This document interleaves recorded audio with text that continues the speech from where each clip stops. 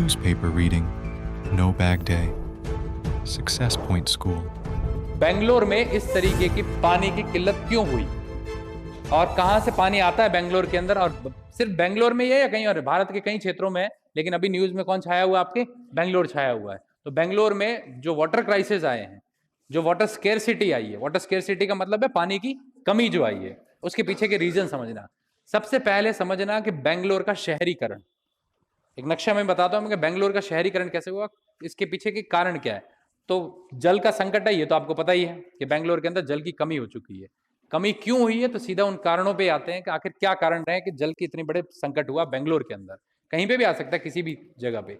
अब देखो, सबसे पहले आते हैं बेंगलोर के नक्शे के ऊपर। आपको ये नक्शा दिख रहा है? टॉपिक का नाम मैं दे देता हूं, नाम है आपके बेंगलुरु वाटर क्राइसिस।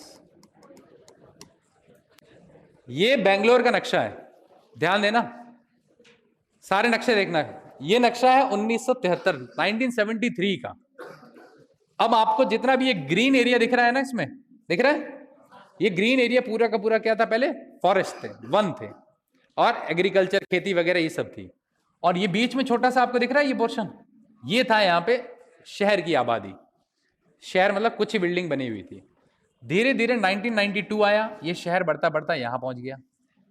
2002, 2008, 2014 और 2021 में ये हाल है। बेंगलुरु म्युनिसिपल जो काउंसिल है या बेंगलुरु म्युनिसिपल जो कॉरपोरेशन है, उसका यही क्षेत्र है, ये क्षेत्र शहरीकरण से पूरा भर चुका है। कहीं पे भी वन या खेती वाली भूमि नहीं है इनमें। अच्छा, अब तो स्थिति इससे भी बदतर है। बदतर क्यों? इसके पास के जो क्षेत्र है ना, ये यहां पे भी शहरीकरण हो चुका है, इससे भी बाहर निकल चुका है शहर। तो इतने बड़े स्तर पे बेंगलोर के अंदर शहरीकरण हो चुका है, पहली बात तो ये। तो अब देखना शहरीकरण में क्या होता है। सबसे पहला अगर रीजन हम देखें इस वाटर क्राइसिस के पीछे, कारण अगर हम तलाशें कि आखिर क्या कारण है, तो पहला कारण है आपके यहाँ पे क्या? शहरीकरण। आप कहोगे सर शहरीकरण कैसे कारण हो सकता है? शहरीकरण तो होगा क्योंकि आईटी आपके कैपिटल है, पता है ना, इंफॉर्मेशन टेक्नोलॉजी, सूचना प्रौद्योगिकी की हमारी क्या है? कैपिटल है ये। सबसे ज्यादा सूचना प्रौद्योगिकी के काम कहाँ पे होते हैं? आपके बेंगलोर में। सॉफ्टवेयर कंपनीज वगैरह सब वहीं काम करती है। विश्व को जो हम ज्यादातर सुविधाएं देते हैं आईटी में, वो सारा काम बेंगलोर में होता है। और शहरीकरण में जनसंख्या भी तो बढ़ेगी।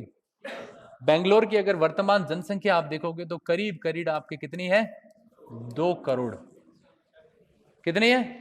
2 करोड़ के आसपास। इतना सा शहर, 2 करोड़ लोग बेंगलोर के अंदर है।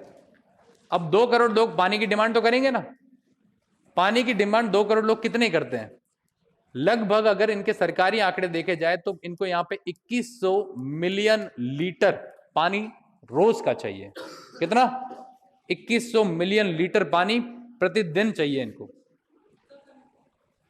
हाँ, इतना पानी चाहिए रोज, सारी चीजें, मतलब हर पूरे घर में वॉशिंग वगैरह सब सारी चीजें मिला के इतनी डिमांड है।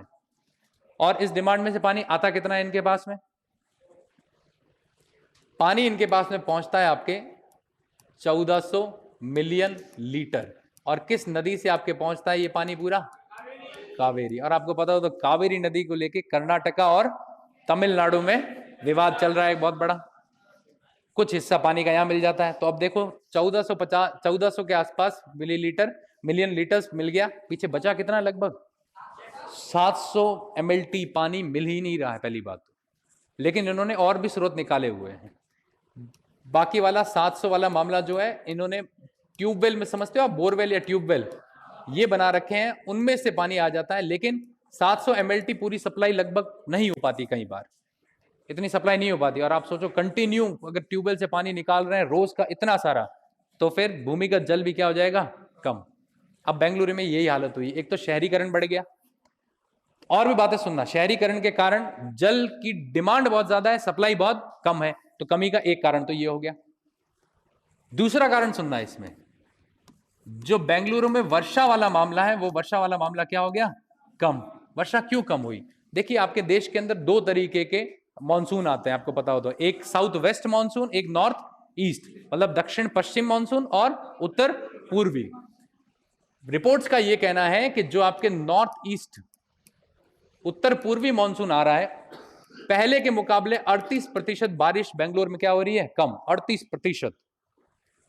और जो साउथ ईस्ट मानसून आ रहा है, सॉरी साउथ वेस्ट मानसून आ रहा है आपका, उत्तर क्या दक्षिण पश्चिम, लगभग आपके 26% के आसपास पहले से बारिश क्या है इसकी भी बेंगलोर में कम। अब बेंगलोर कम हो, पानी कम हो गया सर, वो 15 मिनट है बच्चों बात की, तो ये भी कम, ये बारिश का पानी भी कम, ये भी कम। दूसरा कारण, अब बारिश भी नहीं हो रही है।